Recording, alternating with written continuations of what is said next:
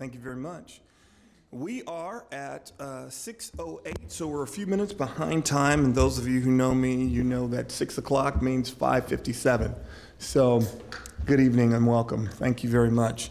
Thank you, Oversight Committee members, for being here. I appreciate your time. This is a called meeting because there are some significant things for us to cover. I'm Dr. Stephen Holt, and I have the privilege of chairing the Oversight Committee. And our gathering tonight, though we normally gather on the odd months, our gathering tonight is to cover what you see on your agenda. If you do not have one, you can grab one right at the back, and please sign in. If you want to testify, also we ask you to sign in to do that, and we will give you about 3 minutes to do so tonight as time allows.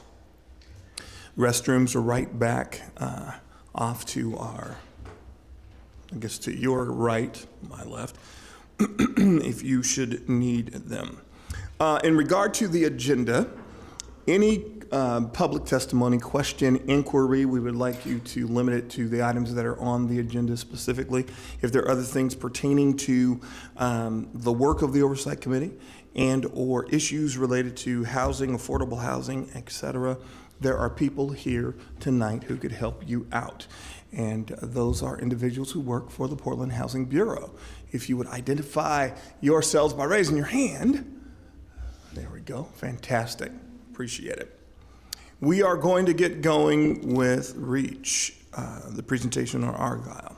Dan Valier and your team, please come and join me right here.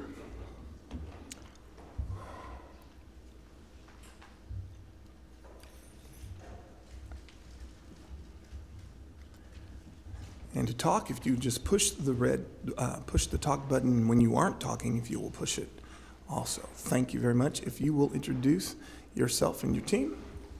Great, thanks for having us. Dan Valier, CEO at REACH, and I'll let my colleagues introduce themselves. I'm Pamela Benoit, Chief Operating Officer for REACH. Lucy Corbett, Housing Development Project Manager. Okay, thanks again for having us. So we'll begin with a brief presentation and then open for questions. We're very grateful to come, and I guess grateful to be first, because I guess I get to share, I mean, you already know, but get to be the first up here to talk about the good news with the North by Northeast, or the North-Northeast area rental pipeline. We had, of course, incredible progress the past few weeks with the success of 3 of the 4 projects in securing additional funding for their gaps. So you probably already saw that, but just reiterating it. So Bridge, Innovative Housing, and PCRI, all 3 of those projects are now moving forward thanks to 2 LIFT awards from the state, and then also additional Housing Bureau money for PCRI. So that is excellent news, and we at REACH are really excited about it. Thanks to Dr. Holt, we've all been working much more in collaboration, the 4 organizations, on our strategy of how we're doing resource development. And even during the LIFT process, we were in communication about our applications and what we were doing and what we were applying for. And we applied for some other funding as well based on some discussions we had. The long story short for Argyle is we were not selected as part of LIFT, but I will say 2 out of 3 was a really good rate for this, because they had 3 times as many requests as available funding, so it was highly competitive. So the fact 2 out of 3 of the Northeast projects were selected is very good news. So we had the news of we weren't selected, but we were moving forward and trying to figure out a way forward. So what we're going to present tonight is our gap, which is $5.9 million. We can answer some more questions on that. And we're going to present 2 possible paths forward and for how we could proceed. And then our recommendation at that point. And then we'll open to questions. So Pamela will begin with this is in the slides here, option 1. So I just want to review for you the option 1, which is a single phase. This is the project that you are already familiar with, that we have been. Your slides. Oh. So this is the project that we have been talking about continuously with you. It's the 189 units. This project is already ready to submit for permit. So construction would be able to start later this year or early next year, and thereby be able to deliver units for move-in in mid-2020.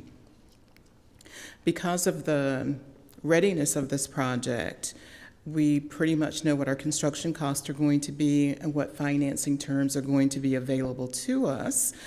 So that will eliminate unknowns in having to go back and redesign. And 100% of these units would be included in the preference policy for the North-Northeast area. So with this phase, as Dan indicated, we have a $5.9 million gap, and we're requesting that funding from PHB in addition to the original $10 million. So this would bring the total PHB investment to $15.9 million. That's a large number. However, when we look at the number of units that we would be providing, 189, that is a reduction on the investment per unit for the average of PHB, equal to $84,000 per unit.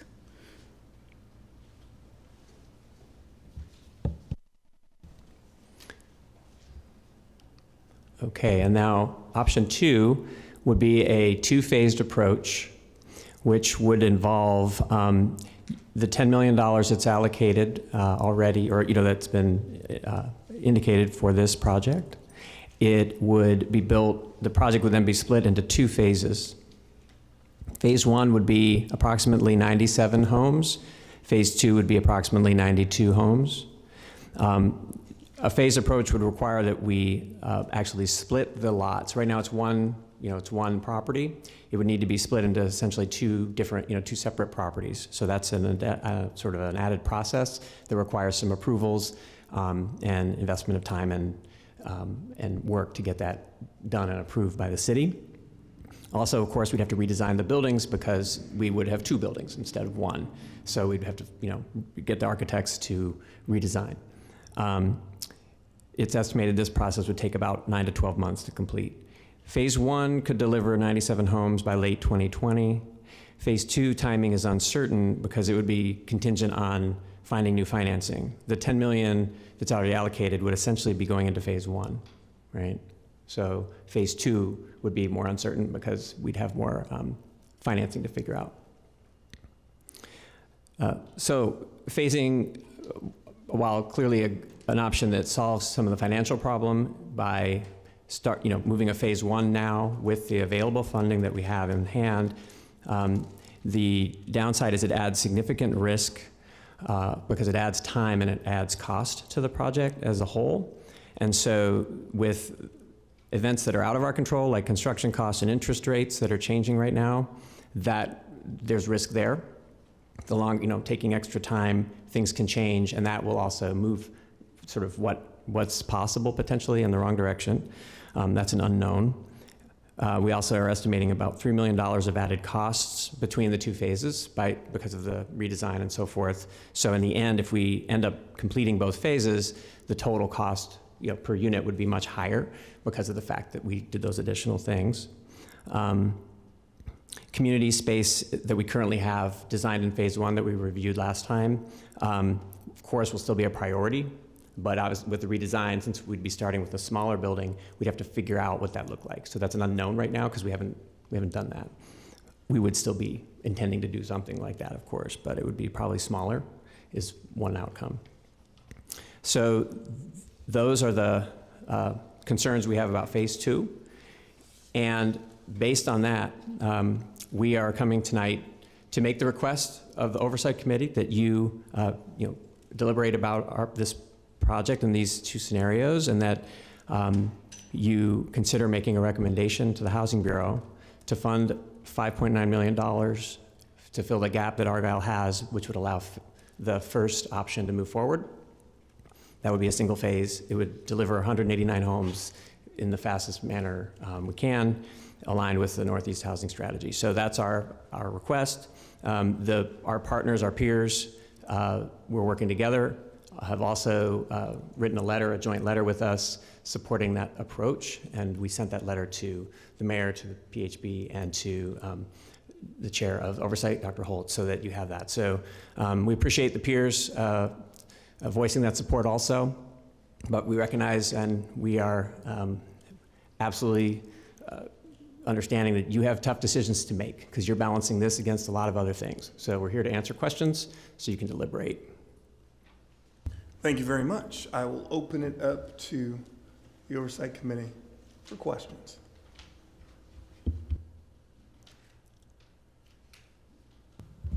So my first question is actually for the Housing Bureau staff. Who holds the decision power on this request?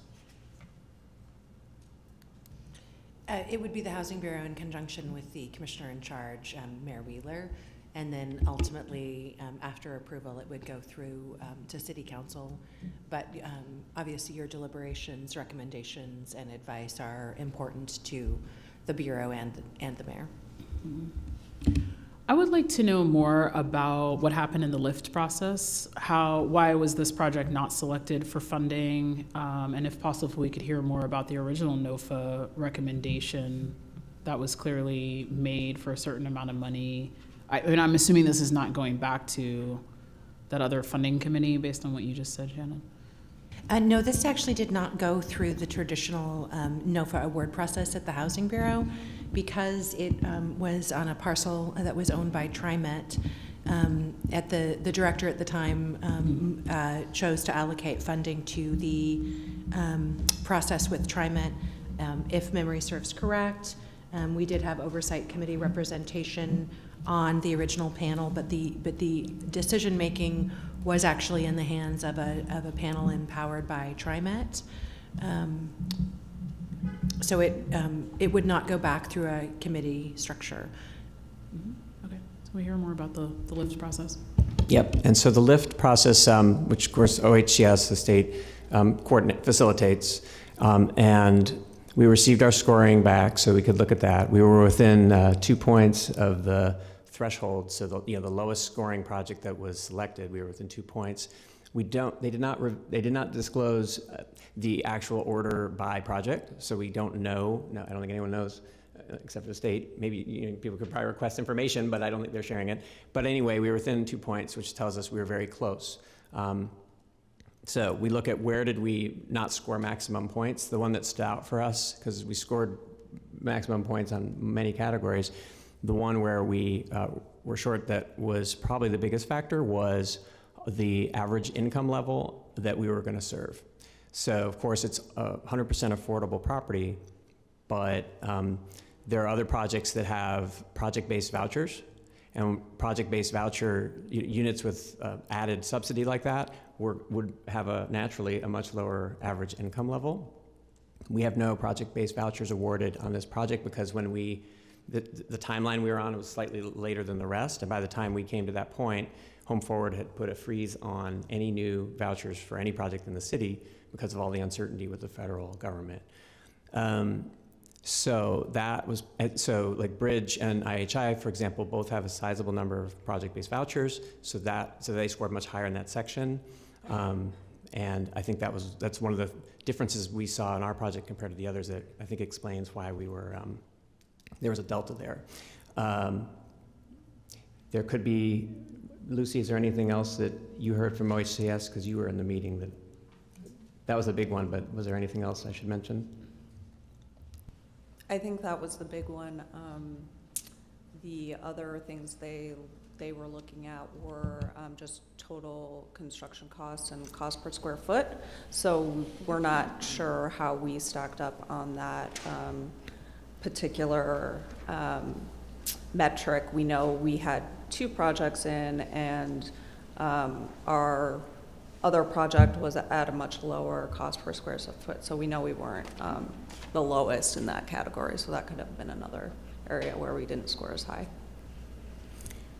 I think we did score high points in terms of alignment with the the stated priorities around the communities served. So by factor of serving the Northeast Portland area, the preference policy specifically and being aligned with that, I believe counted for a lot, and it gave all of the projects that applied to LIFT a big positive because we were all aligned in that respect, and I believe that, so in that sense, that's where we did well, but these other factors were the difference for us compared to the other projects, Bridge and IHI. I mean, I guess what I'm trying to, think through and get at here, you have a project which was not rated as high for serving very low-income people, was not rated as high for having lower construction costs, so we're talking about higher construction costs per square foot for less low-income service, and a request for us to expend over 40% of the remaining budget of this fund. So that raises some concerns and questions for me, because we haven't really been able to talk about what the alternative uses of that funding is. This is over 40% of our remaining budget toward a project that has not met another agency's criteria and did not go through this agency's original funding criteria. So I'm just trying to get at this as an investment. We have to weigh this versus other possible uses of this money.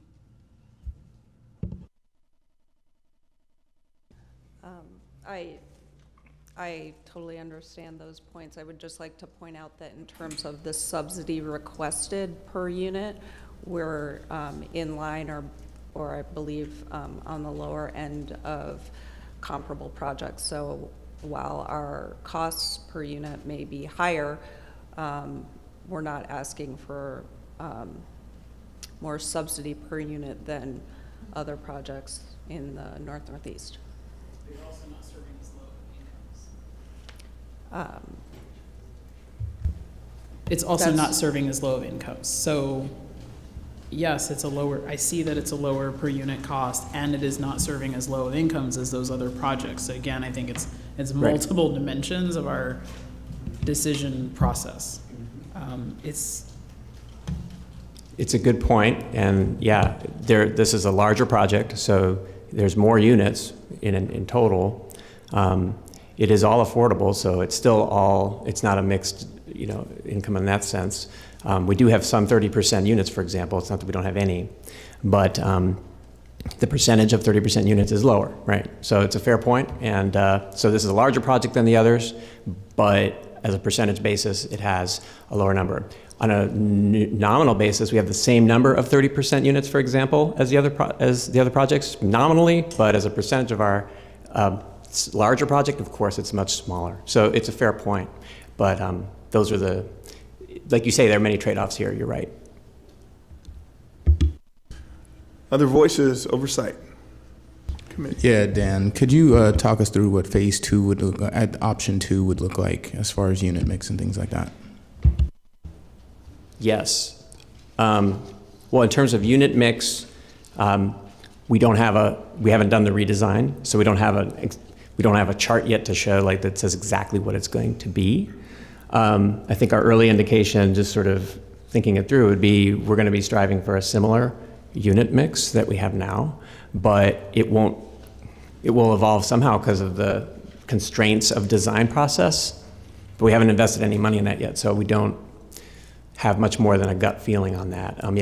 Should we pull up the So just to give a sense of how we've done this analysis, and it is preliminary because we haven't gone down the path of redesigning, but the way that we looked at it is keeping the same unit mix and the same number of units, but we have taken a phase 1, basically split the design at kind of where you see that break in the building.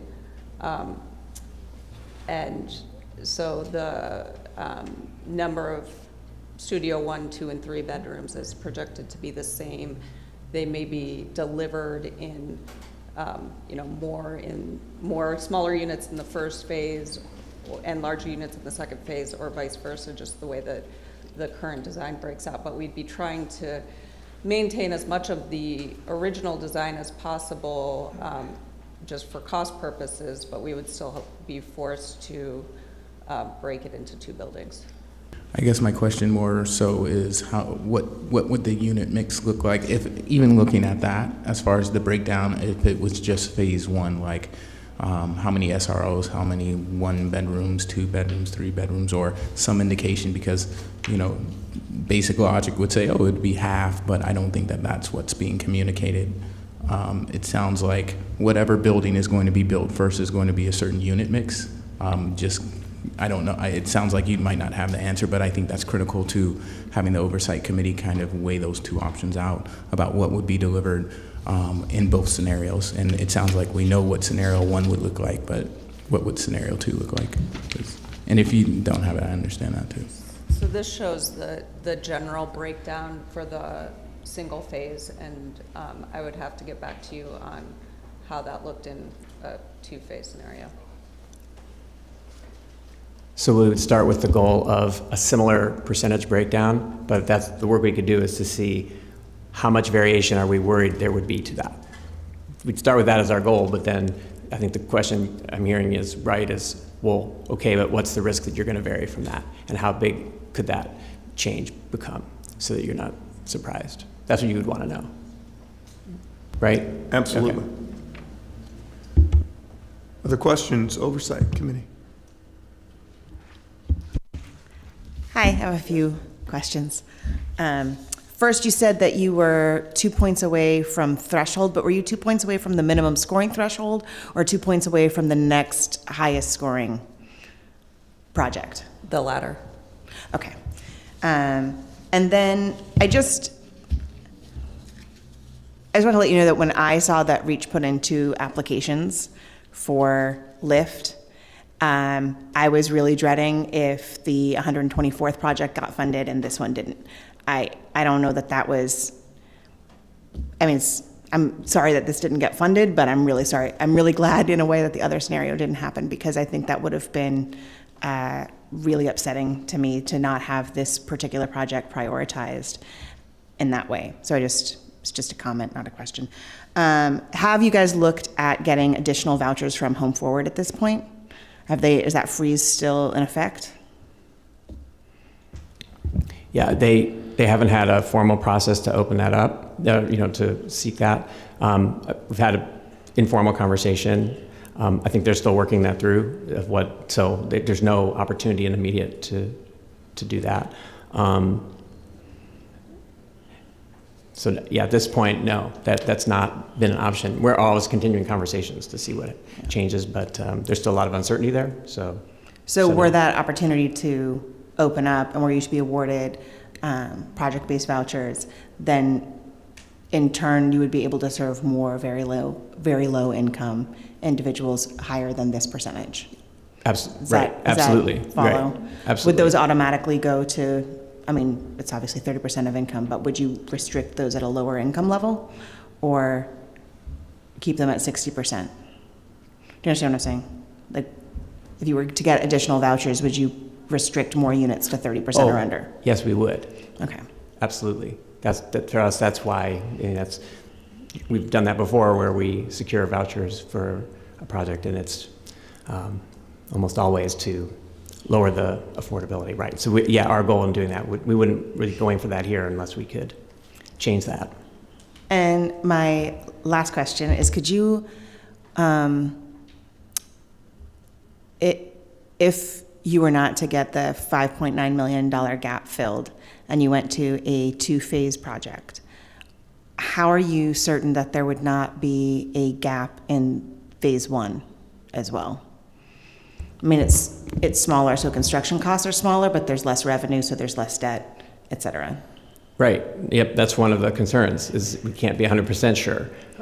It would be things in our control. I think we can do what we need to do, but it's it's interest rates or construction costs, is things that are not really in our control that could change on us. So we would go as fast as we can to prevent that, but the time of redesign is that would be the window where we'd be extremely nervous about it. Mm-hmm. So right, we can't say with you're absolutely right. We cannot say with certainty that there wouldn't be another gap.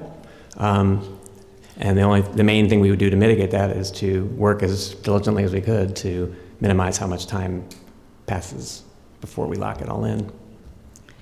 And sorry, go ahead. Oh, and I just also comment that we would be trying to use all, if not most, of the 10 million currently allocated for the first phase. So that does help, fill that gap significantly. And then that would be closer to $100,000 in subsidy per unit anyway, right? That's correct. Because you would have 90-something units and $10 million. Math is easy. I had another question. Now I forgot it. It'll come back to me.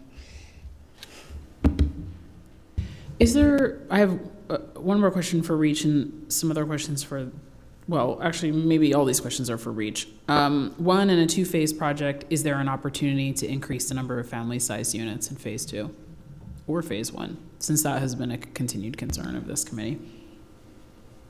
I would say in phase 1, that would, again, we could always look at it, but I wouldn't want to say yes because I feel like that would be misleading, right? I think phase 1, since we have the resources we have, our goal would be to try to match the percentage we have here.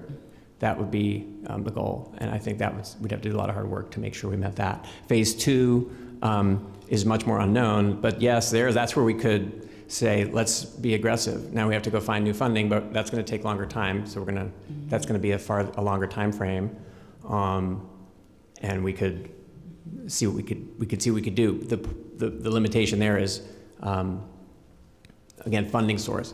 I think if Home Forward, the biggest variable there would be if Home Forward did, over that period, prove to reopen vouchers, that's the funding that would make that more possible. That resource would make that much more possible, and then we would try to do that.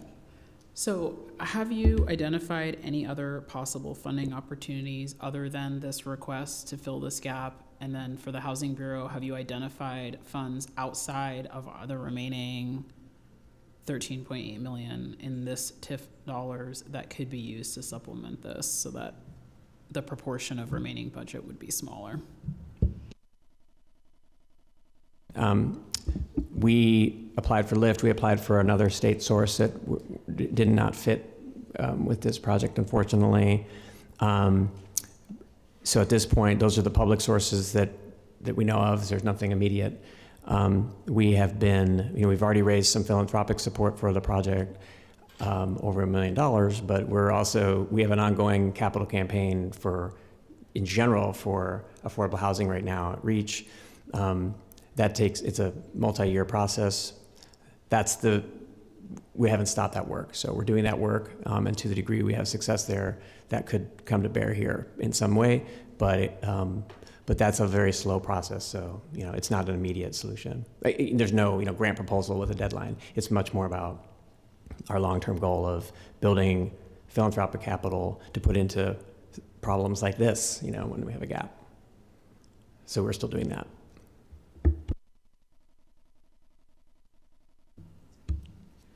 So, go ahead. You're going to answer. Dr. Bates, if we were to bring a recommendation to the mayor to fund this gap, we would be recommending it come out of the Interstate Urban Renewal Area funds, as we still have funds remaining. The funds that the City Housing Bureau has that are able to be used in other parts of the city we have not had very many of those funds, meaning they're mostly tied to URAs, and there is quite a bit of need and quite a bit of desire to work in other areas that don't have URAs, including, I'm particularly thinking right now of the Cully district. So our recommendation would be, if we were to fill this gap, it would be done with URA funds. I think we will, we hope to have a discussion with you shortly about some other opportunities that we see in this district now and in the future as a later agenda item, but we would not propose to use other funds that would be available citywide. So I don't know if that answers your question, but I just want to clarify that what that means to me is that this project or projects in this area do not rise to a priority level in which you're willing to shift funds away from any other projects or any other area of the city into this work. Dr. Bates, what I am saying is that we still have resources available in this district, And I think we also have a conversation we want to have with you about getting more resources out of this district.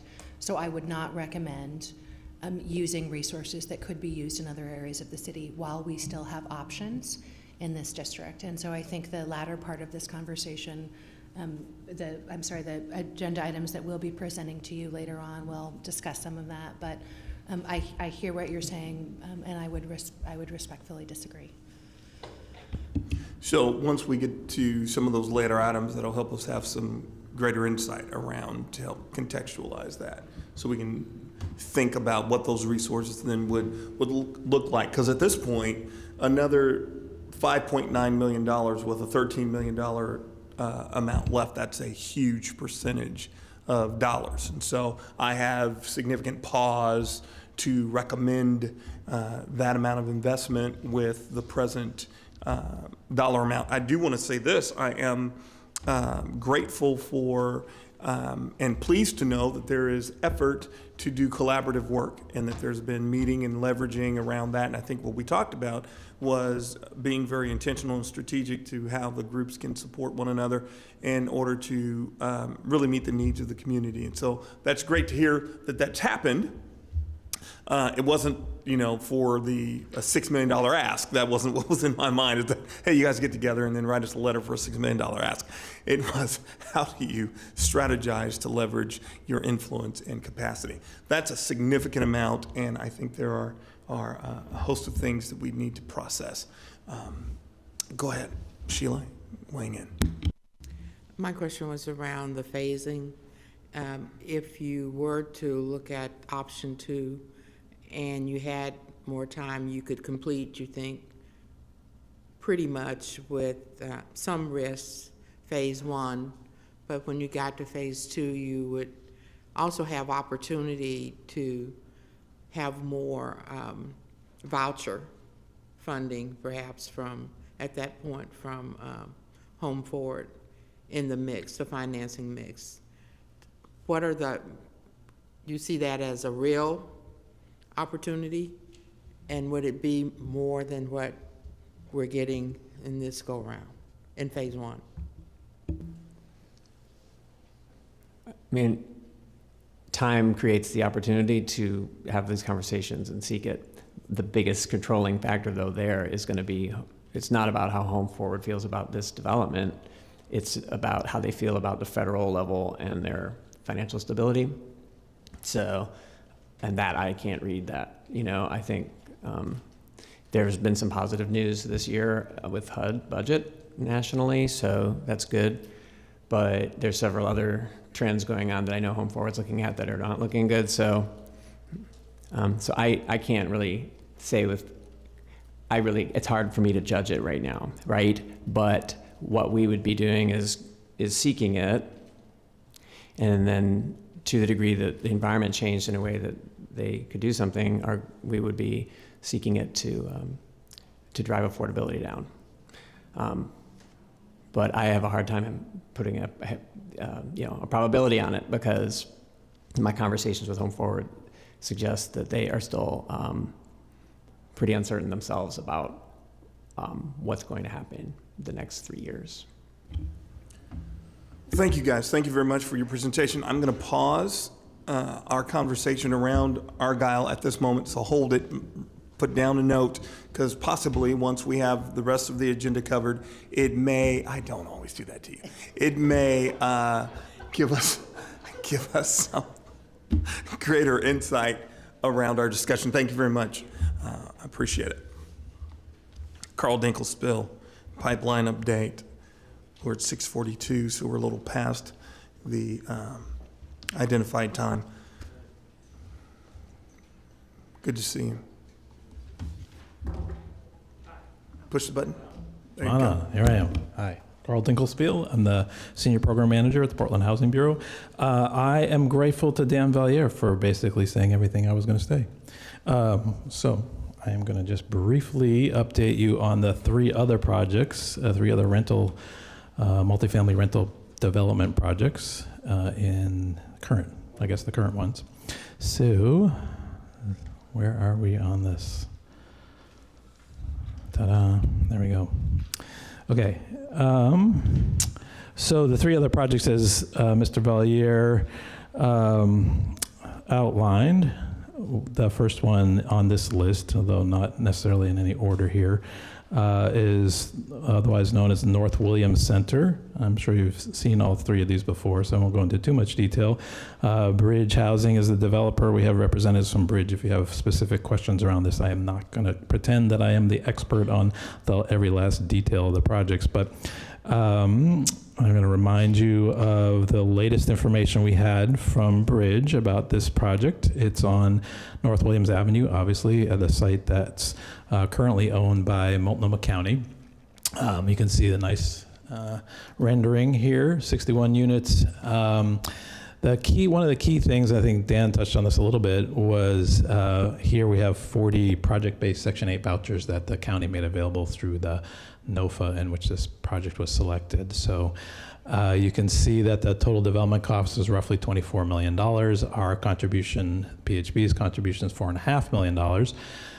You may have heard the last time this project came that there was a roughly $2.7 million gap, and that has been, as far as we know, completely filled by an award from the state with LIFT funds. I just talked to Destin Verdun just before coming up here, and he assures me that award from the state would fully fill the gap, and they would expect to have construction sometimes by the end of the year or beginning of 2019. So that's exciting news that this is proceeding.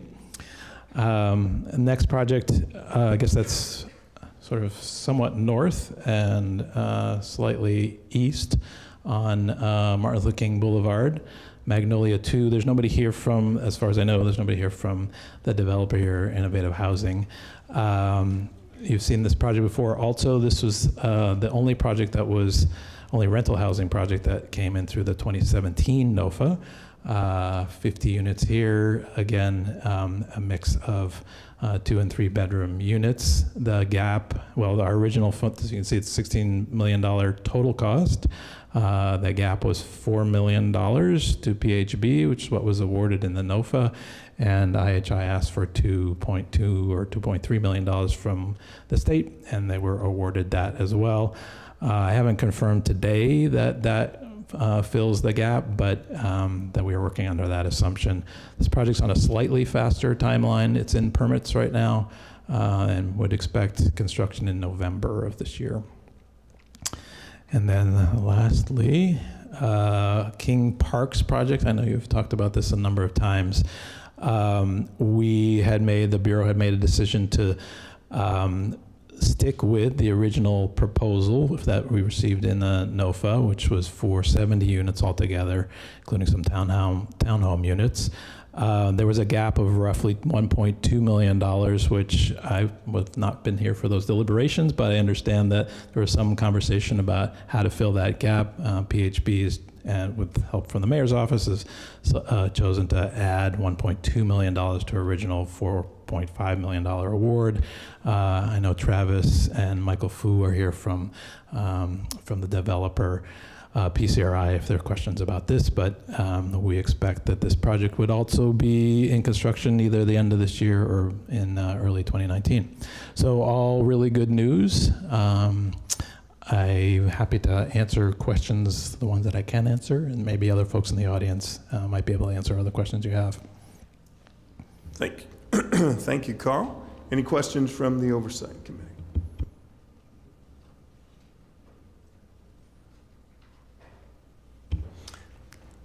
Wonderful. Great, thank you. Thank you. Appreciate it. Oh, Carl, what is your recommendation about the REACH project? Put me on the spot, Dr. Bates. I'm going to defer to my director.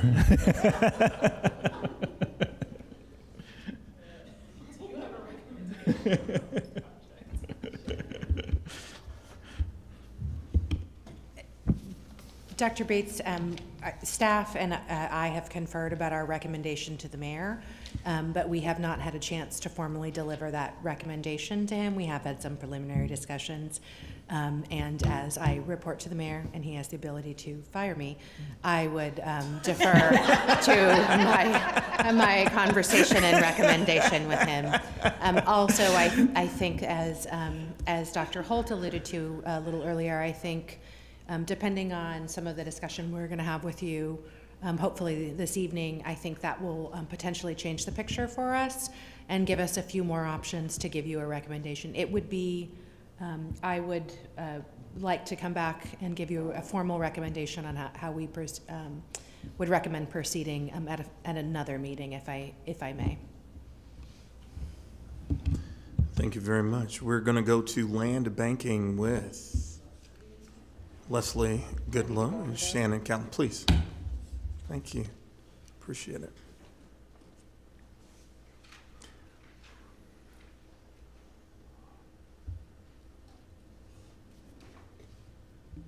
Good evening, ladies. Take it away.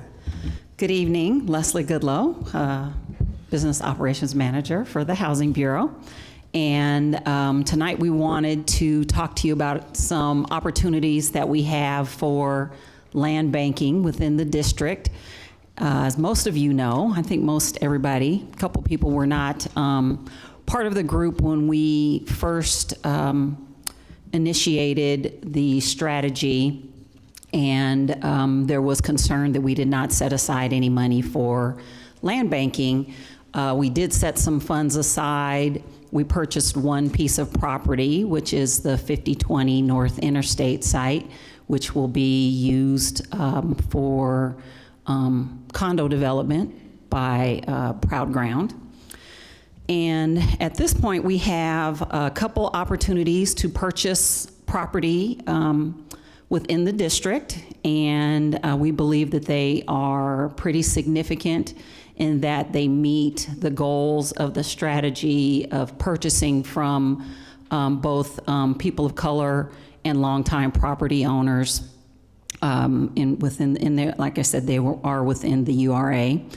At this point, we think that we could do somewhere between 150 to 200 units, depending upon the mix of rental units, and then with the Syracuse property that we are purchasing from the Water Bureau, we'd be able to do about 70, we're thinking about 50 to 70 home ownership units.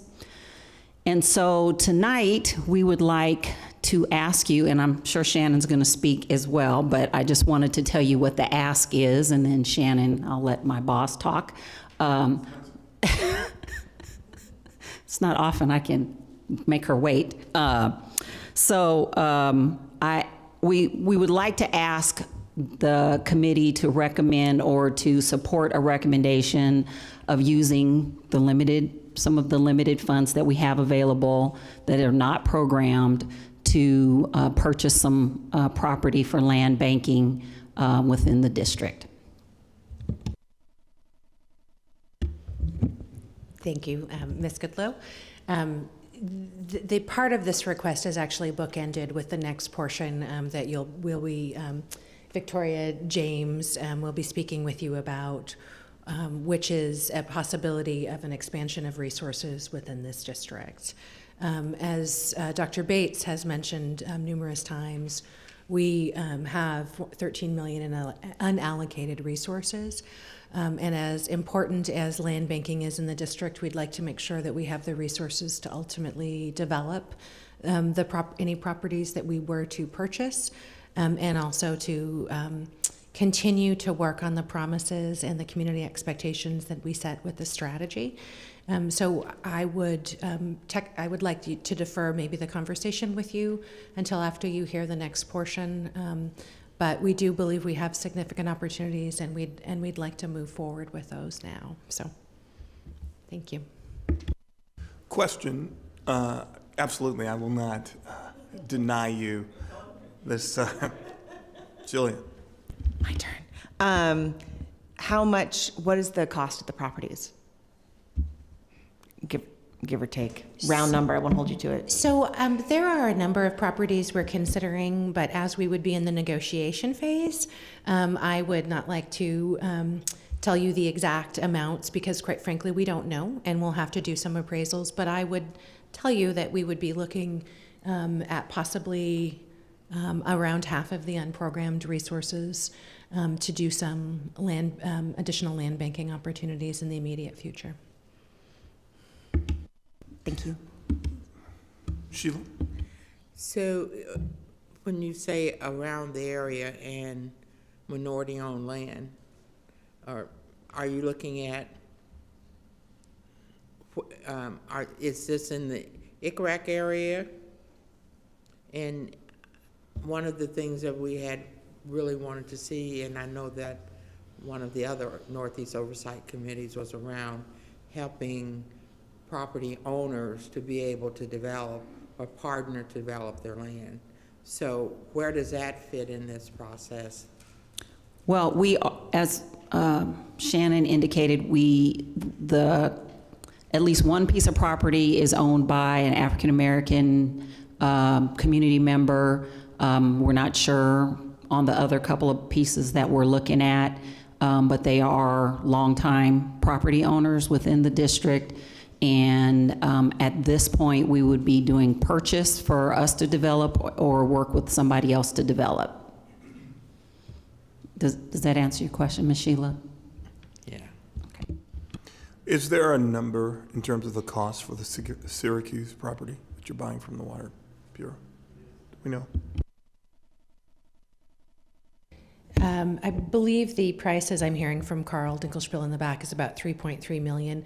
I will point out to you, though, that Syracuse, the property is currently not within the urban renewal area.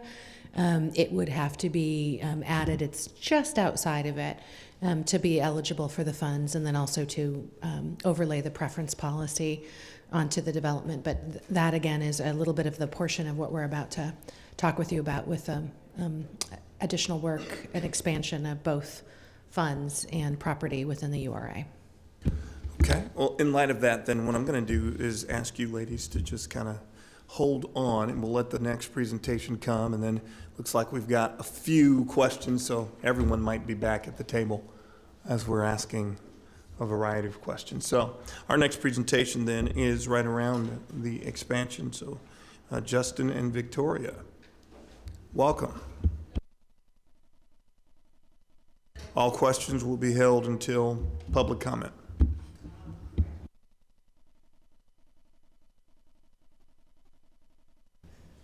All right, I am Victoria James, and with me is Justin Douglas from Prosper Portland. And we are just going to run through a quick refresher of kind of what urban renewal is and what TIF is to queue us up for the conversation around the proposal for the expansion. So just to get us all on the same page here, TIF, or tax increment financing, is a public financing method that's generally used within an urban renewal area, and it's used as a subsidy for redeveloping, setting up infrastructure, and subsidizing development in those areas. We are allowed to do urban renewal and have urban renewal areas via the Oregon Revised Statute, Chapter 457. And it basically says that we as the city are allowed to designate a district or an area within the city that we think is in need of renewal. And then within that district, we cap the property taxes that flow into the general fund. At that point, we borrow money to pay for projects and to subsidize development. And then as the property taxes in that district grows, we use that growth of funds to pay back the money that we borrowed to do the subsidy in the first place. So the question is, I guess, when are we done with urban renewal in an area? We are done with urban renewal in an area, specifically in the interstate corridor urban renewal area, once we hit maximum indebtedness.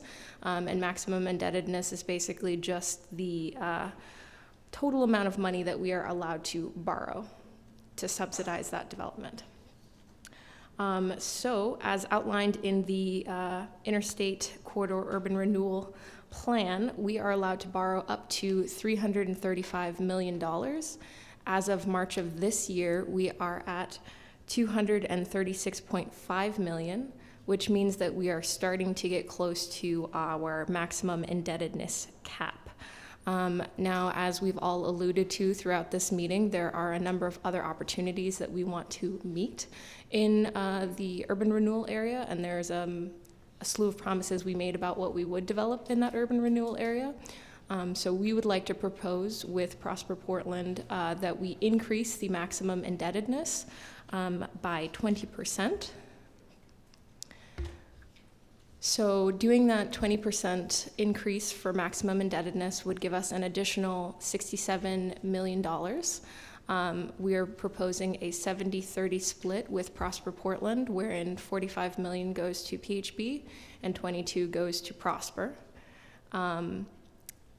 Because we are proposing the increase at that 20%, it would initiate a substantial amendment to the plan, which means that there is a slew of public engagement and talking with our taxing jurisdictions and doing all kinds of due diligence that we have to do. We're going to get into greater detail around that in the July meeting, where we have the joint meeting between the CDI, which is Prosper Portland's North-Northeast Oversight Committee, as well as you all. And then Justin will be basically taking the lead and walking us through what exactly the steps are for that substantial amendment. But this is just pretty high level today. So what you need to know is for maximum indebtedness, it would be $67 million. And it also allows us to add acreage to the URA. So that's also up to 20% of the total acreage in the urban renewal area. So 20% of the current roughly 4,000 acres in our urban renewal area would give us that 742 number that you're seeing up there. However, we have increased the boundaries of this urban renewal area over time, over the last couple of years. So actually, we can only increase it another 291 roughly acres.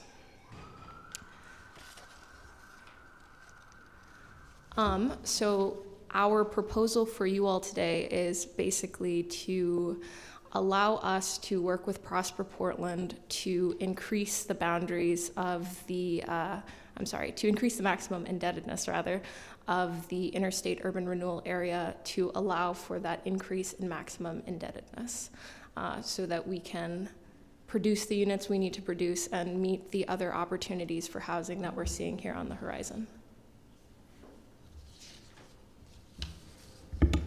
Thank you. Thank you very much. Questions? I have several questions. Beautiful. I have one. Okay. My question is, will it expand the geographic boundary for the ICRA then? Will the boundary itself, the physical boundary, then expand? Good evening, Justin Douglas, Policy Research and Compliance Manager with Prosper Portland. To increase the substantial amendment to increase maximum indebtedness would not require any boundary expansions. So that could be done just using the existing boundary of the interstate corridor urban renewal area itself. I think, as Victoria pointed out, the maximum indebtedness and a boundary expansion could be accomplished within the same substantial amendment. And then not to get too into the weeds, but the boundary can also be expanded. Smaller pieces of the boundary can be expanded that would not trigger a substantial amendment, and it would be a quicker, less staff-intensive process to do that.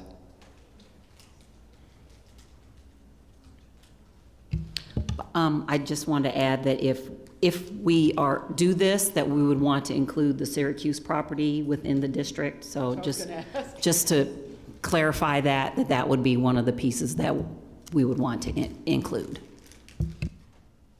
Okay, so there have been several iterations about when, how to increase the boundaries for the ICRAT. There's also been conversation around if it's a major increase, what would that do to the commitments and the goals and objectives that were set up initially? And when, I guess it must be about 4 or 5 years ago now, when we embarked on the changes around the system for the ICRACs, one of the commitments that was made was that those goals and objectives would be carried forward and made whole, which is part of what all of this is about. But we keep hearing we need more money for the housing issues and to address what's happening around housing, affordable housing, and getting people back, the opportunity to come back. When you talk about a 70-30 cut, that's pretty much similar to what the reverse of what we had initially, where the housing was 30% and 70% was for all the rest of the ICRAC or increment funding for other things. So what is the difference? I mean, that's going to be an important thing, is how is that going to tie with what the goals are now, what the original goals were with the existing ICRAC, and how carefully the boundaries are drawn so that you don't create even less opportunity for folks who are currently we're trying to help and serve. So, and that was always when the Northeast study group had its findings. That was one of the issues why we hesitated at that point about looking at boundary expansion to like St. John's and some other areas at the time. So where are you guys with that? And I know there's some thinking around it already, or she wouldn't be proposing it now. So do you have some concepts or constructs under which you're looking at making the recommendations you're bringing before us tonight? Well, Ms. Sheila, so there's a couple things. We've been working with Prosper for several months, talking through what this would look like, looking at property that would benefit PHB for us to be able to do housing on that's currently outside the district, but also thinking through individual homes that are outside the district that have come to us for home repairs, and what we could do to try to allow for some of them to come in. Prosper did a study and they looked at 500 feet outside the district and then 1,000 feet outside the district and how many homes that was, and it's way more acreage than we're able to put in. So I think it was something like 10,000 homes within that 1,000 feet area. And so as I spoke with the CDI last week, that we would need to do a greater study about how to choose those houses that are outside the district. But as Justin said, there are pockets within the district that we could include that would not mean changing the outside boundary, but bringing those in that are there's little circles throughout the district that aren't included. So that's a larger discussion about individual homes, but we would like to see, like I said, the Syracuse property be brought in so that we would be able to use some of these additional dollars for additional home ownership opportunities.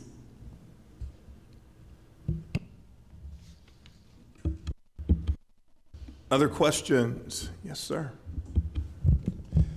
I'm not from Oregon, but I think I have an understanding of TIF, so correct me if I'm wrong. TIF is paid for by homeowners, right? In an urban renewal area? Yes, but all City of Portland property owners pay a portion on their property tax bill towards for urban renewal. But the distinction there is that the tax increment that's generated within a certain geographic boundary does have to be spent within that boundary. Okay, one more question. So if you increase the maximum indebtedness, does that increase the TIF? So folks would look Yes. at an increase in their homeowner taxes? Or No, it would not affect anybody's property taxes. It essentially, the increase in maximum indebtedness is the city's debt managers saying, we're looking at Northeast Portland and we see property values going up, and we feel comfortable that we can borrow more resources to make investments in public goals because we feel confident that with property tax revenue, we'll be able to pay off that debt over time. So in this case, in Interstate, there's a healthy degree of confidence, given the increase in property taxes here, that the debt manager feels comfortable with increasing the maximum indebtedness. And they might not feel that way in other parts of the city if property taxes aren't, or I'm sorry, if property values aren't increasing at the same rate. The only other question is related to that. Is the county on board, or? We haven't gotten to that point yet. Okay. Please make sure to hit your button so we can record you and so that the audience can hear you. So let's do that again.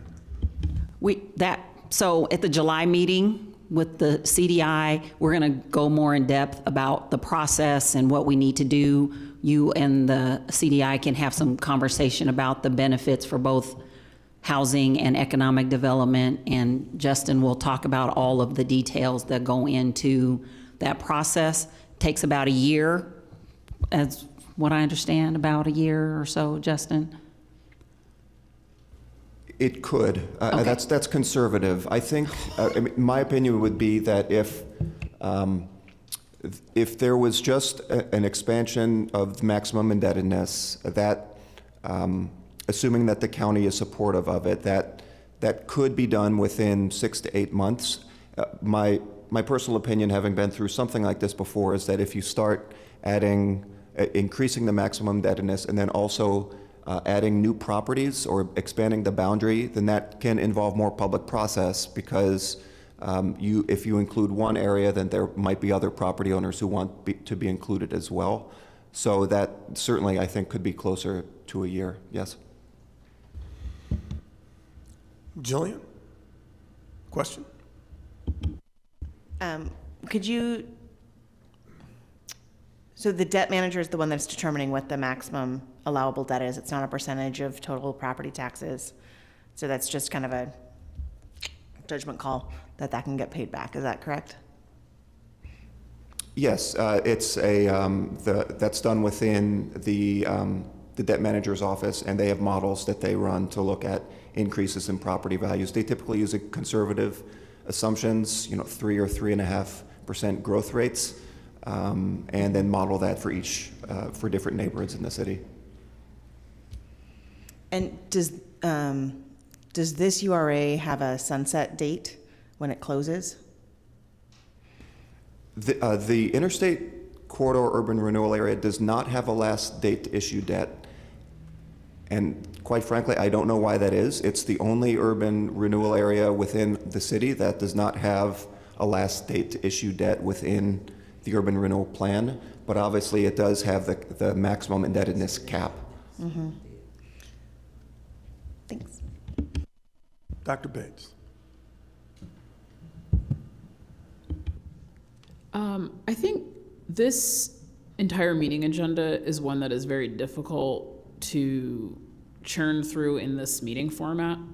I don't know what our opportunities are to have a kind of work session where we talk about the strategic and sequential decision-making that we are talking about. There's a lot of if-thens happening here.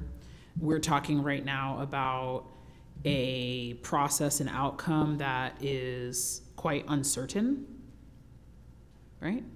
And we're also talking about some things that are very concrete and immediate, and that are fully within control of the Bureau, of the city today, versus things that may be in and out of its control in the future. So that's very challenging.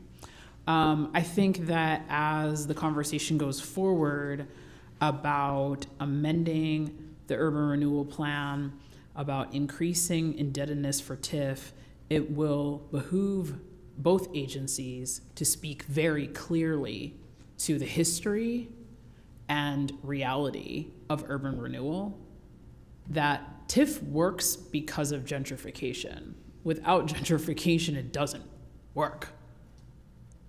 And there has been far greater resources expended toward activities that have harmed the Black community than any of the activities we've been talking about for the past few years to mitigate those harms. And so there needs to be a real recognition of that, and an explanation and a commitment and an understanding of how to make ironclad commitments that that is not how these activities will go forward. Because I can already assure you that the response to this proposal from many quarters of the community will be extraordinarily negative. Because this is not a tool that has helped. It is a tool that has harmed. Not just here, all across the country. And I'm just very challenged by a conversation about, again, some immediate and potentially pressing funding requests and needs, some of which I support and have supported vociferously, with this very uncertain future possibility of having increased funds, and what other possibilities there are for funds being provided for this work. And with respect, this city continues to expend resources all across its funding that do not serve, do not support, and harm Black people in this city. So to hear that there is no possibility of supplementing the known budget to respond to immediate and future programming requests, because we know we have programming requests that we are not filling. We know we have program needs in areas that are not succeeding right now, is very distressing to hear. And that is a prioritization, and that is a choice. Other things are also important and good. I'm not suggesting that other housing needs in other parts of the city are not also important. But it is very difficult for me to process a presentation that suggests that this current proposal is something that we can consider with a significant amount of certainty with respect to funding requests that are on the table or concrete current activities that are on the table. And I think there's something awry about the strategic conversation that we're having here in making those choices and allocations. We have no proposed budget for the funds that are currently available. We don't have a list of the program and project areas that we care about potentially funding. Obviously, the homeownership program being very high on that list for this committee, but also land banking, also home repair and sustaining people's homeownership, also preserving any affordable housing that may be left, also, right? We also broader community development activities that we may be concerned with. So I feel uneasy about the idea that we would go with putting dollars certain on the table from a limited budget without a commitment of dollars certain that would supplement or serve to contain those costs with respect to the proportion that they require from our overall programming.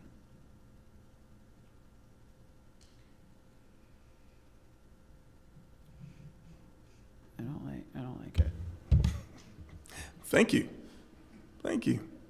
Thank you for letting us kind of weighing in and communicating a perspective. I would then ask if there are any other voices of the Oversight Committee that would like to weigh in and say, based on the information and what's been presented, how do you find yourself? What is your concerns at this point?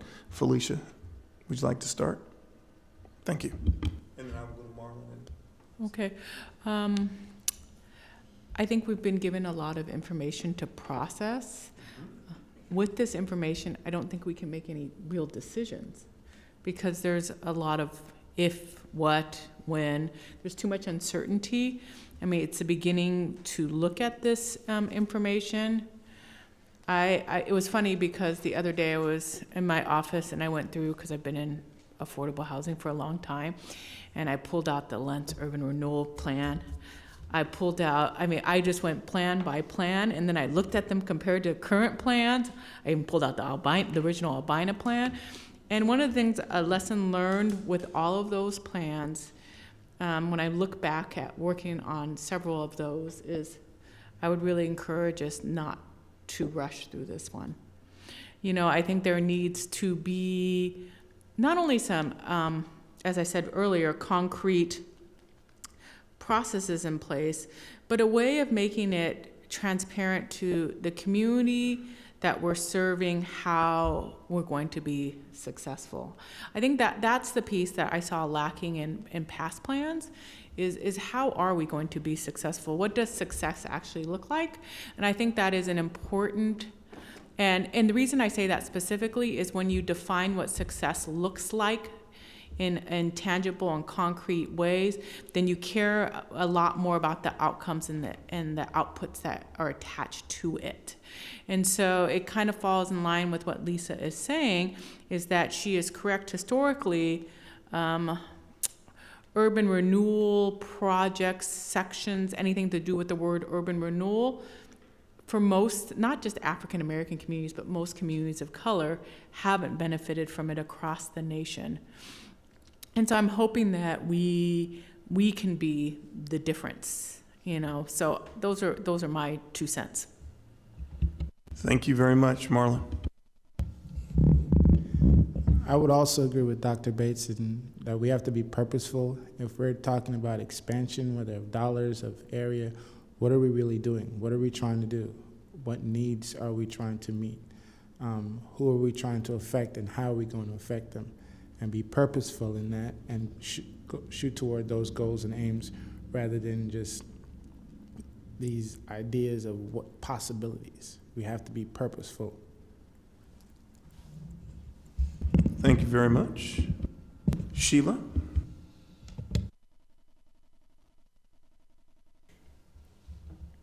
I'll start with the last presentation first. The idea of being able to, we've done a lot of studies, we've done a lot of plans. We put together some real clear deliverables that we wanted to see come out of the ICRAC, the last iteration around. And I would want to hold any kind of work that in any funds that come in, that we be informed by what we're seeing on the ground now and make sure that the folks that we said we were not going to adversely impact, and if we did, that there would be monies on the back end so that we could address it, since we were planning for light rail on the front end. So that would be the piece I would want to hold the city, the county, the Prosperous, and the community to making happen. A piece that was missing, and I know this group can't deal with it around that, was we were looking at how we could hopefully save folks home or in their homes, and we weren't dealing with the fact that there was opportunity to keep them there with home repair. We also weren't looking at folks needed jobs in order to be able to continue to be able to afford to live in the area as it changed. So economic development or business or community development is going to be an important piece. So that the 30-70, I'm not really sure what the mix is, but if that happens, it needs to be with some real concrete efforts to marry your CBG dollars, because the first time around, we couldn't get anyone who would do the training the way it needed to be done for opportunities for jobs for people in the community, so that they could be able to have a wage earning family wage job that will help them afford to stay in the area. That being said, I'm real curious about how we are going to make a decision tonight. Are we supposed to make a decision on the phase one, phase two, option one or option two on the Argyle property? So, no. Oh, okay. We don't, Okay. we do not have to make a decision one way or another. I've got a series of questions that I will bring back around. One of those is addressing that in terms of what our position is. So at this point, the simple answer is no. But Okay. I do All have right. some questions regarding. We've got 6. Yeah. Yeah, we've got a quorum. Jillian. Also agree with Dr. Bates. It's really ironic that we now look at using TIF dollars to combat the negative impacts of gentrification, because the entire basis of TIF is that you put the money into the district, it increases the property values and increases the property tax revenues over time, which is kind of the definition of gentrification. So there's not a lot of trust, and as much as it sounds really great to have, yay, we're gonna have $45 million, like that would be fantastic, but I would like to see a more thought through plan of a recommendation of how Prosper and PHB plan to allocate that $67 million, how Prosper and PHB plan to work together to make sure that it's serving the needs of the community here, that we are focusing, working together with not only building housing and have a housing strategy policy, but also how are those funds going to build economic opportunities without displacing current businesses? So there's a lot of questions. I would also like to see if the boundary is expanded, what's the recommendation for that boundary expansion? Because and what are the benefits or possible drawbacks to people who are currently living outside the district and being included in the district, right? So there's a pros and cons, and we just don't have it yet with this project. So I would look forward to hearing more about it, but yeah, it's I don't feel like we have quite the full picture, but I'm glad we're looking at trying to find ways to get more money into this area for affordable housing.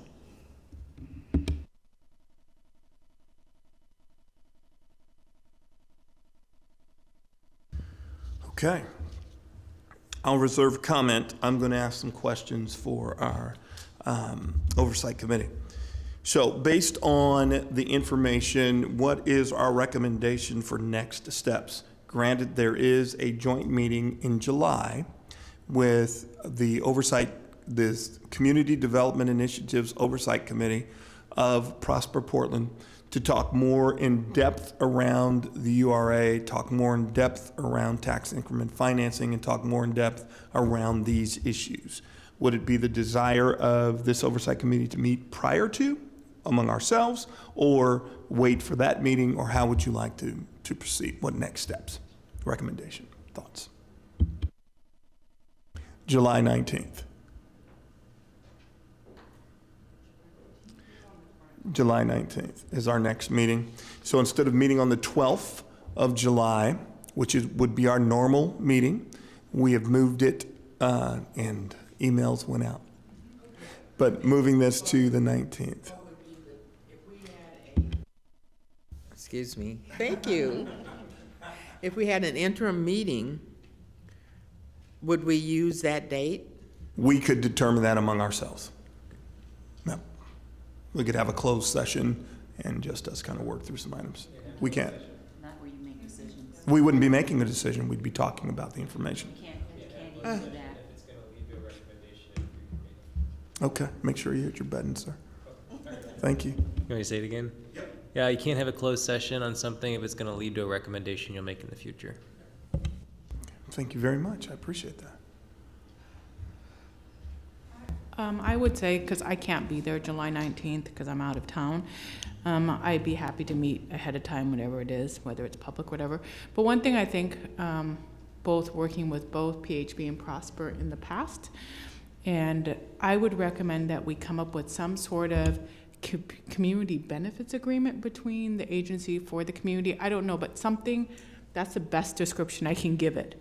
The best example of those are banks have to do that in communities, for example, and they when they merge or they acquire another bank, they say, okay, we promise we are going to do these things. And so I think at least between the two agencies, there needs to be some sort of agreement. I'm just calling it a community benefits plan, but I do recommend that because I think there needs to be clarity on both ends. Thank you.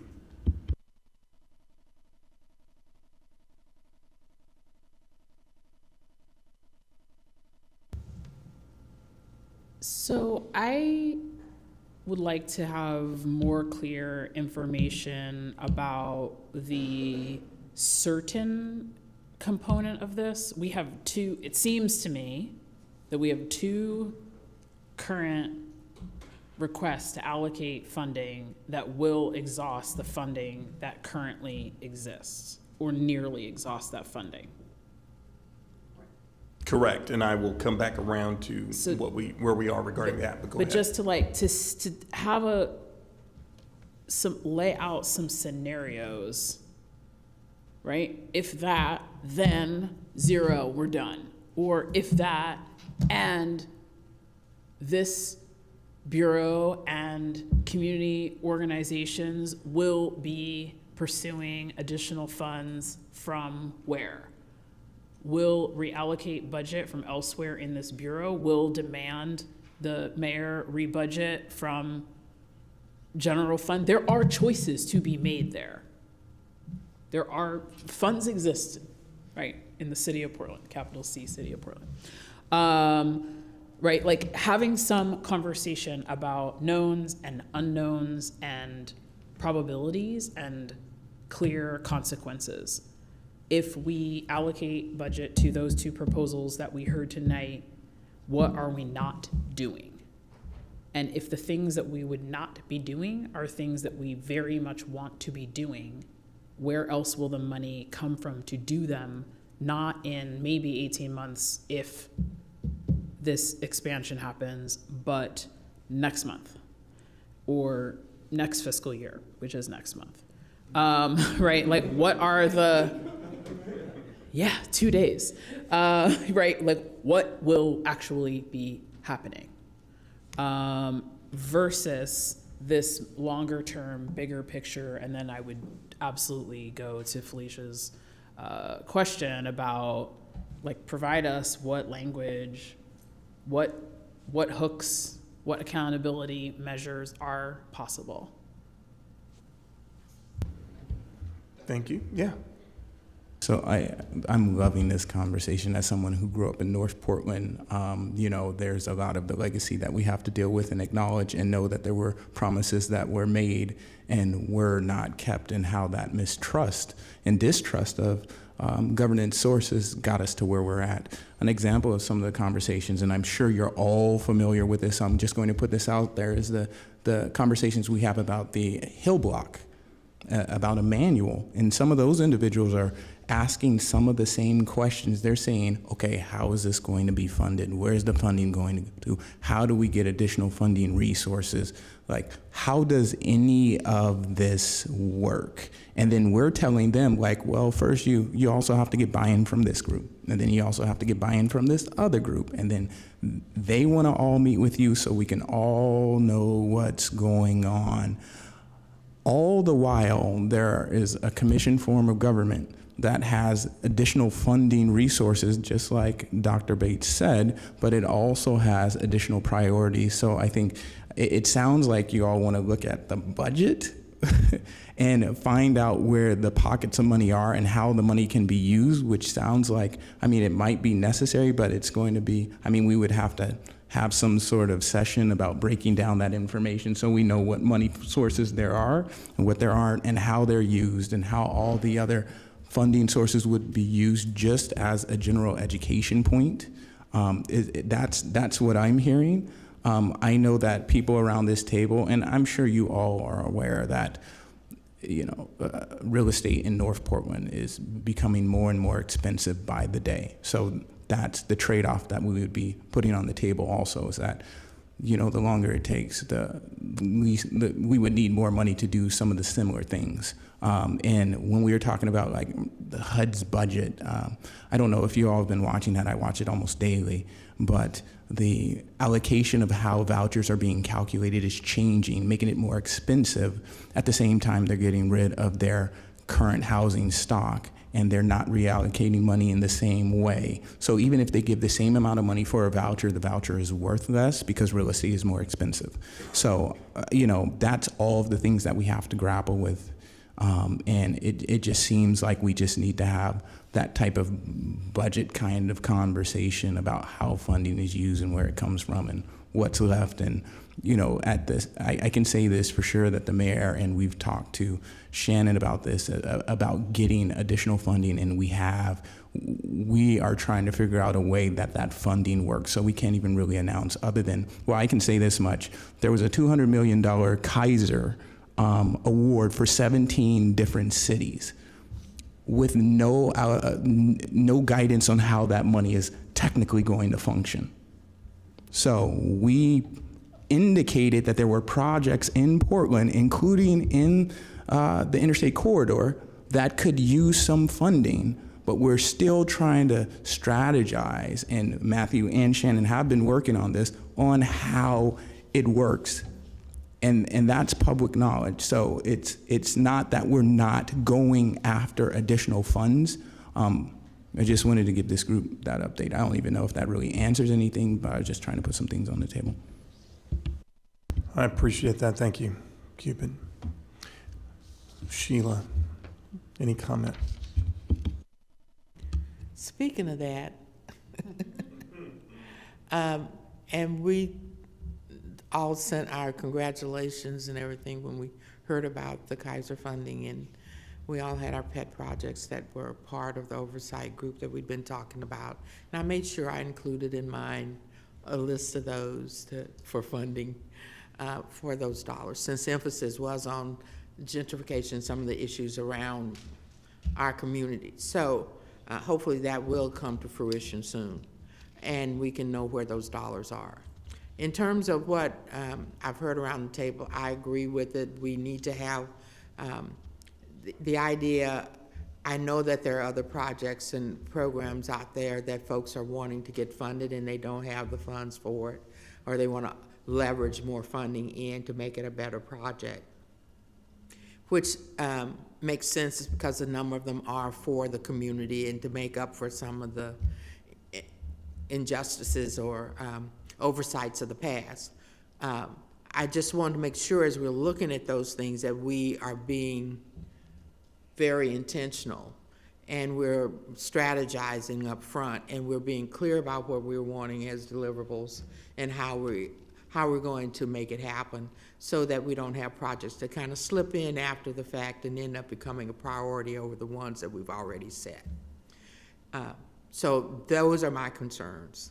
And then I always thought there was a 10% increase was the most we could do without making it become a whole onerous process to increase the boundaries. So I don't know if we can do the contiguous thing where we go up the middle of a street and then take in a node and then do another straight up the center of the street in order to be able to get enough capacity for the home ownership opportunities that you guys have mentioned, or not, Leslie, but I'm just hoping that whatever comes out of that is after some strategic talking. I appreciate the fact that the groups want to meet so we can find out who's Zooming who, in a sense, and see who all and what all is being proposed and how we might be able to come out with a much better project, a more informed project this time around. Thank you. I wanted to add one more thing. I want to give congratulations to the Housing Bureau with the transient lodging tax, the increase. The money hasn't been allocated on how it's going to be used, but I know that there was conversations about using that money to increase the availability for Northeast preference policy, home ownership opportunities outside of the interstate corridor. Now, how the money is going to be used hasn't been determined, but I know there have been advocates, and I want to thank the Housing Bureau, of trying to create flexibility and owning up to those things in ways you might not even know, but it's hard to do that because there are other people in that same building who have other plans for those same dollars around housing.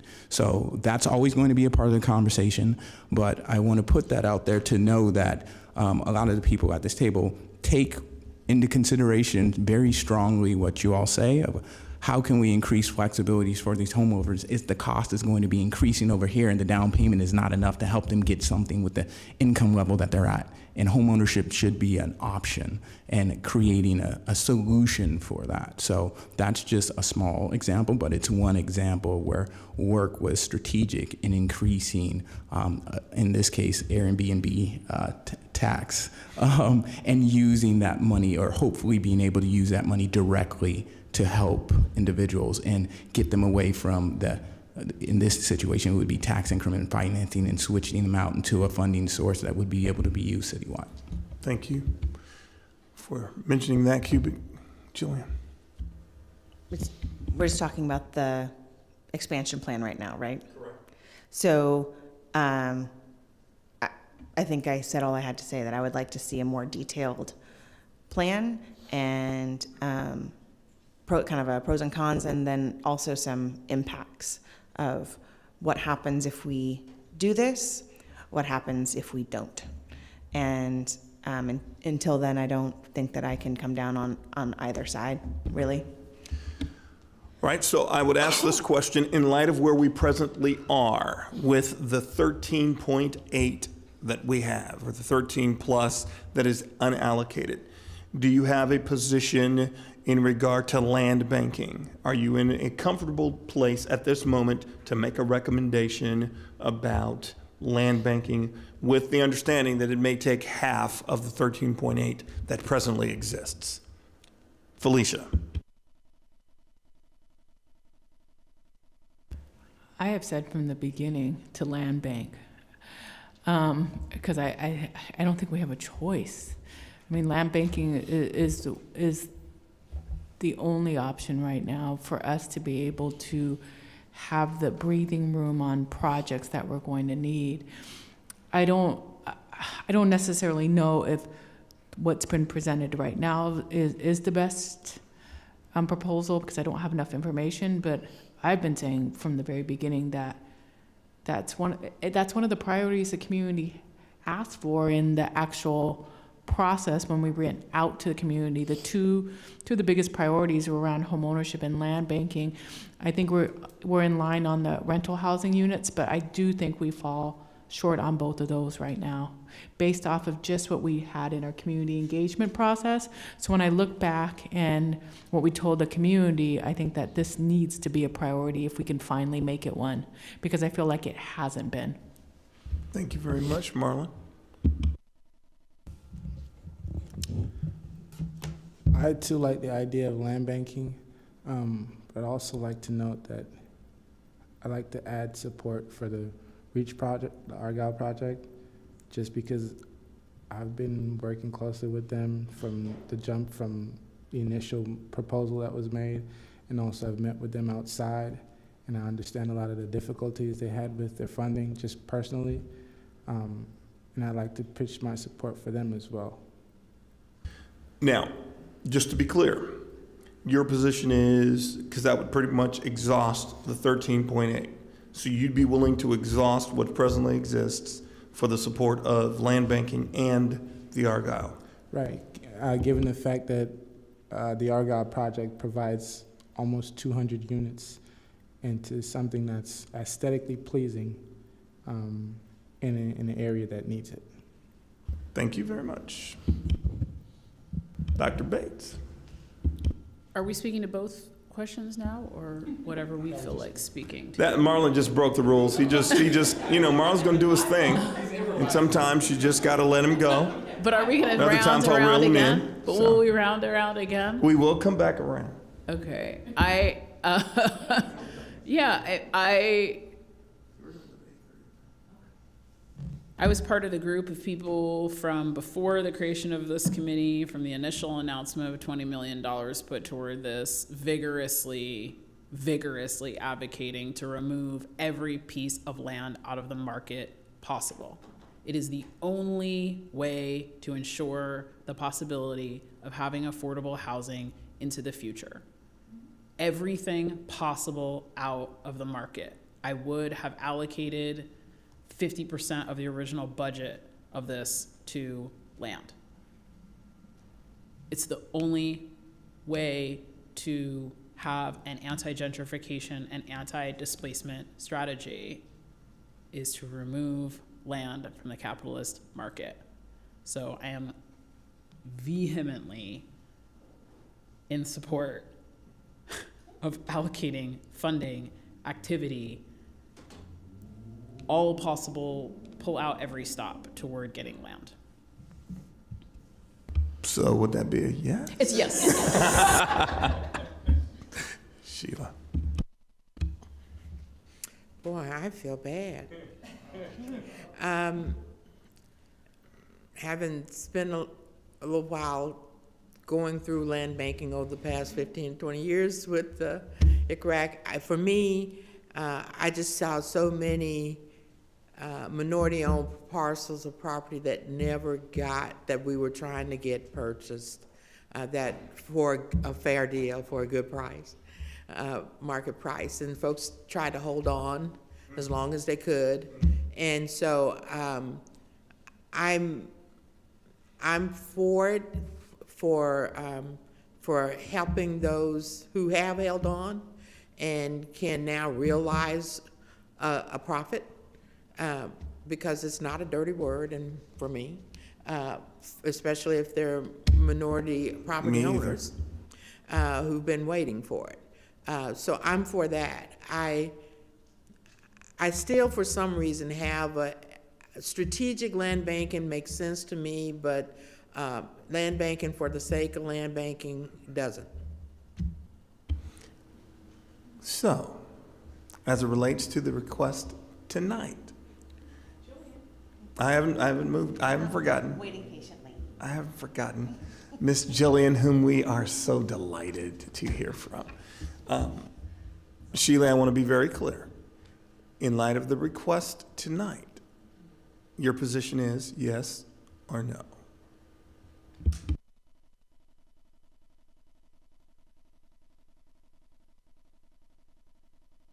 I gotta hear you. I don't hear your voice. I'm sorry. With the caveat that I just stated. Okay, thank you. Will that work? Absolutely. Jillian.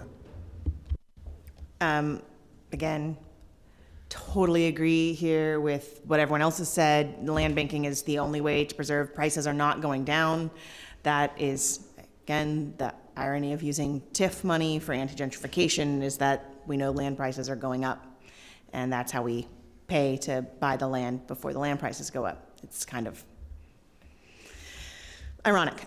So yes, definitely I would spend the money to allocate. I think that I just want to bring up, however, quick calculation based on what the number of units that they said this land banking would then provide about, we've been told about $100,000 per unit is what people are requesting, and this would be about half of that, if maybe less. So that we could get 50 units for a lot less subsidy per unit. And it makes a lot of sense. But the Syracuse property still needs to be annexed into the URA, which is not part of the URA expansion, which would be, we could do outside of the formal process, correct?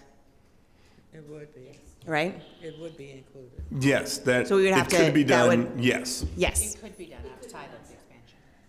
right. Yeah, so I just want to make sure that, that I'm clear that when I'm supporting the land banking as proposed, that we're also supporting taking that property and putting it in the URA. Am I correct? Okay, that was a separate issue. So we're just talking about land No, bank. no, We're no, not, I'm we're still not talking talking about- specifically, I wasn't talking specifically about the Syracuse property, even though I guess they brought that in. So you raise a good point. So I'll let you guys respond to that. Syracuse is not currently in the URA, so would not be used for, these funds cannot be used to purchase the Syracuse property currently. Unless it's, the boundaries expanded to include that property. Correct. Right. So in light of where we presently are, So then we would use some of the additional funding to pay for it if it came into the district. So we could use some of the 45 million to pay back the Water Bureau. Okay, so it's, the property is currently for sale and they'll hold it for a year? Yes, it's the Water Bureau. We've already made a deal with them. Okay. You have to pry it out of the Water Bureau. They're holding on. Yeah, I'm definitely in support. I would be in support even using these funds and not kind of this, waiting for some other funds. It's 6 of one, half a dozen of the other, really, but any funds that we can direct towards land banking it's critical. There's not a lot of buildable land, and it's going fast, and it's not really beneficial to the most vulnerable people in our community. thank you very much. Simply for me, yes, I am in favor of the land banking. So in that regard, then we support utilizing the dollars for land banking. Now, Argyle, which we've heard from Marlon, so thank you very much. You jumped the gun, but it's okay. Your response around the Argyle request. My thing with the Argyle is I really want to support it. Because like Marlon, in that particular area, I happen to agree with him. It's a significant amount of units. And the other thing that I can say that's really important about the Argyle, that I was really thrilled about for that particular unit, is the community partnerships. And that was one of my selling points for that particular project, because they were gonna partner with the Northeast Community Health Center, which to me is just watching what they've done with that project and actually engaging the community itself has been really, really beneficial. And I feel like that particular neighborhood is thinking that this is coming. And so, and as Marlon says, because he's actively involved in this particular community, he really knows. This is a hard thing because it is a lot of our investment, but it's also a significant amount of units. And there isn't anything down the pipeline. It's not like they were, it's not like they went out and, it's like, it's the market is increasing. I'm looking at phase 2. They're gonna be able to maybe build phase 1, but with this additional 5.9, I feel like everything will be built. It will be units, affordable units, in an area that actually really, really needs these units. And when I look at the other units that we have coming on board, we don't have anything in that neighborhood. And that neighborhood really needs more affordable units. And so my long-winded answer is yes. Yes, I support the REACH project. And the reason being is, one, of course, have a lot of respect for REACH as a builder, but more importantly, I have really respect for this particular community and their desire to have more affordable units. And I'm really going back not just to us, but I'm really going back to when we spent all those weeks in Highland Community Church, and we actually asked people what they wanted. And so I'm really trying to respect, because when I said I would sit on this committee, that I really would want to hear the voice of the community. And one of the things that particular neighborhood really wanted was more affordable units. So I feel like with that, I have to respect that sort of community engagement process. So my support is yes. Thank you very much. Dr. Bates.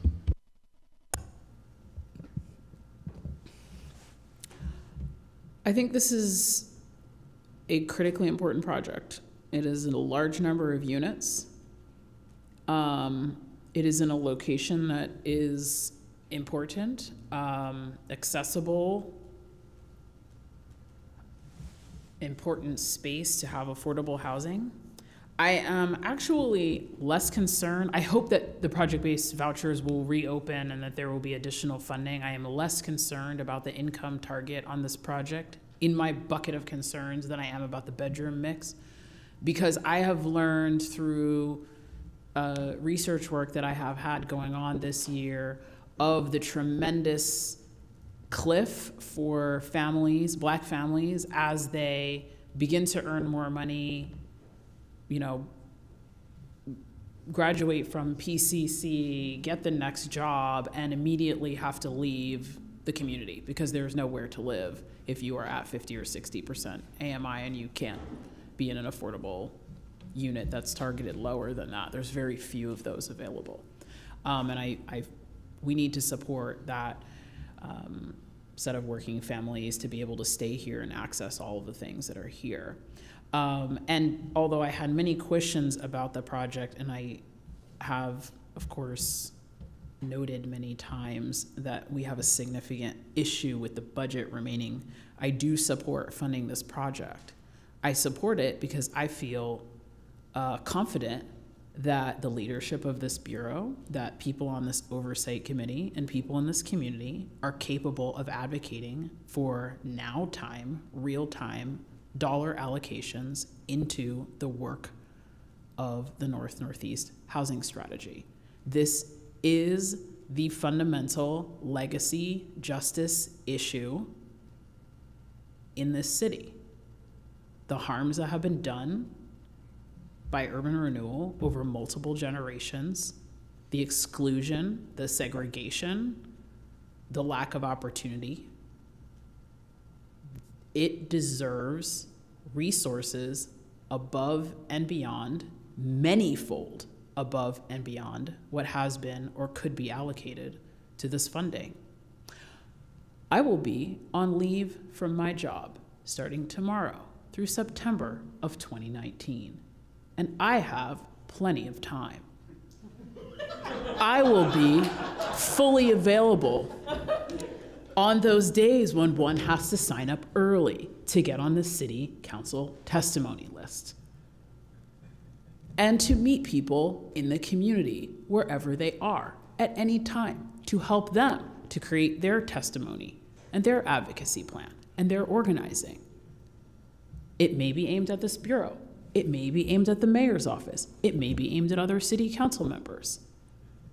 But I have confidence that we can insist upon, out of a $4 billion City of Portland budget, lifting up a couch cushion and finding $5.9 million to supplement this budget once we have finished this work.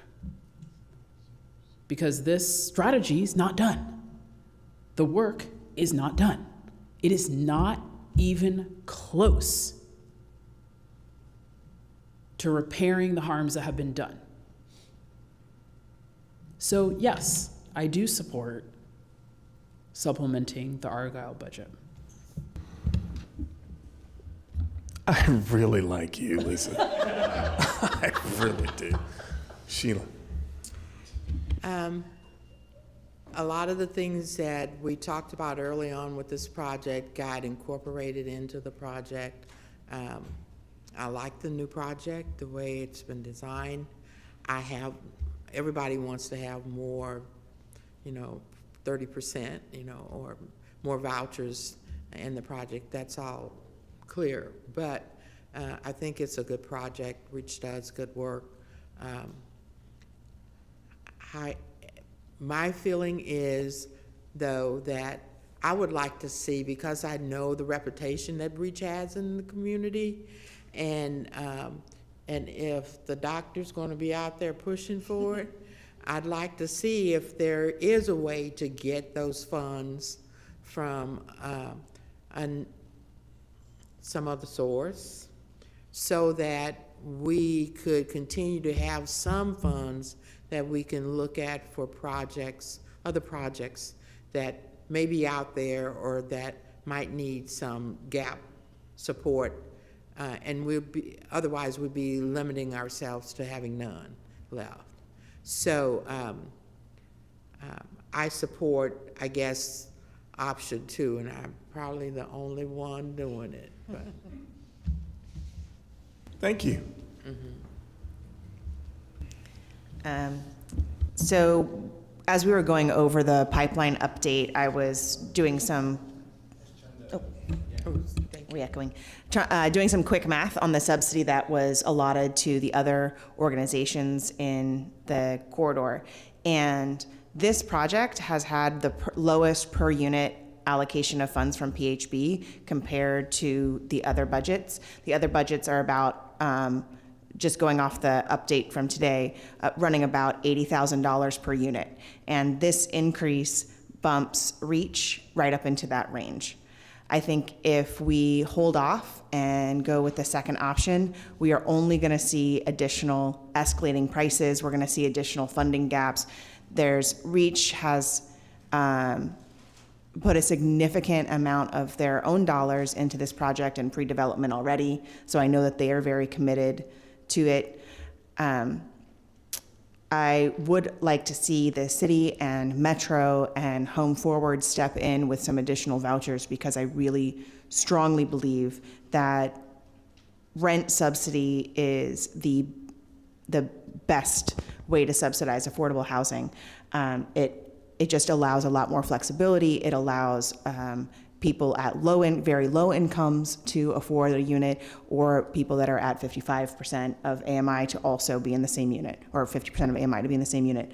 So I just want to kind of put that out there. I know that there are ways to do rent subsidy that are not currently being utilized. For example, the hotel tax that Metro collects can, by statute, be used for rent subsidy, but it is not being used for rent subsidy. So there are other sources available that aren't just HUD vouchers that can help this project.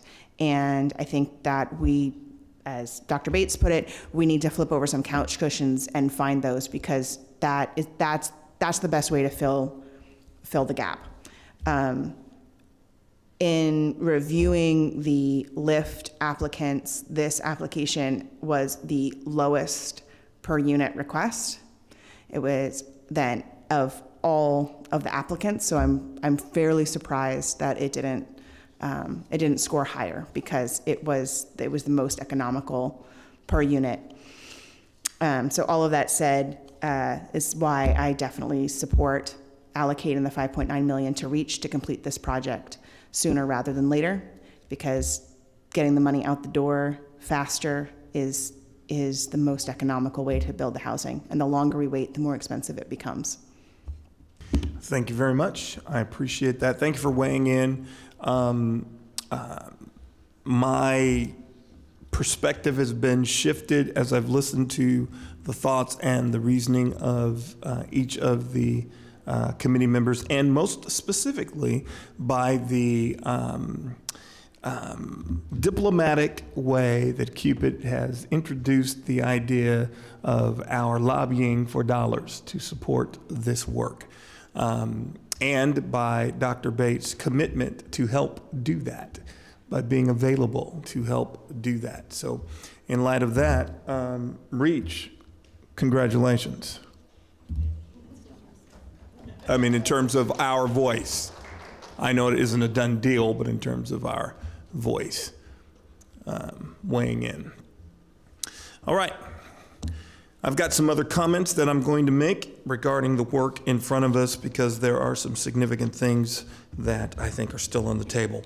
At this moment, though, I want to open it up to public comment, if anyone signed up for public comment. We have no one that signed up for public comment. Okay. Sawyer said no. Yeah, I see that. Wonderful.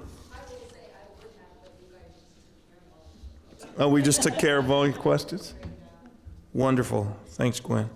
Gwen is a member of the Community Development Initiatives Oversight Committee. So thank you for being here tonight. We appreciate that. We face some significant challenges. Our funds are limited, and our opportunity is impacted by time and other influencing factors that we cannot control. Interest rates, real estate prices, construction costs, etc. But in light of all of that, one of the main concerns that I will keep before us, and I appreciate hearing it echoed on a regular basis, is that the promises made become the promises kept. It is central to the work that we do that this committee be responsive to what the community has expressed. I think it's clear that we need more information about some of the things that have been presented, and we also need to know of other available resources. What are the other ways that we can fund and finance and support this work? There have to be other resources.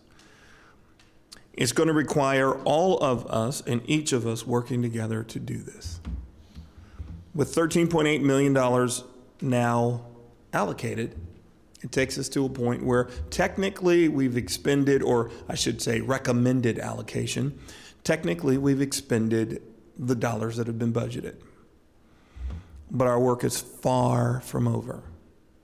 I would like to challenge Portland Housing Bureau, Prosper Portland, Multnomah County, the Mayor's Office, with prioritizing this work because of the significant harm that has happened specifically to the African American community.